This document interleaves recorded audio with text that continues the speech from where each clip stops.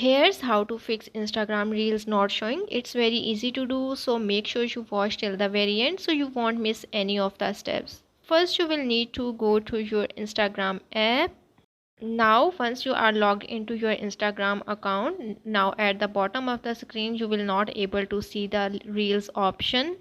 So if you are not able to see this option on your Instagram account, you have to go back to your apps library. Here you have to search for the Play Store app and you have to open it. Once you are logged into your Play Store account, here you have to search for the Instagram app. Now check if there is an update option available. If available, you have to update your app. After the update of the app, hopefully your problem will be fixed. Now for the second method, you have to go to your mobile settings, and here in mobile settings you have to click on the additional settings option, and then you have to click on the apps management.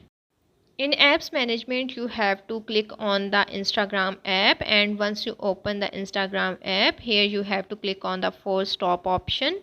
Here you also have to clear the cache and data of the app. Once you clear all the cache and the data, now your app will be refreshed. After that, you have to go back and again open your Instagram app. Once you open it, now hopefully your problem will be resolved. Another fix is that you can try updating your mobile software. So this was how you can fix Instagram Reels option not showing.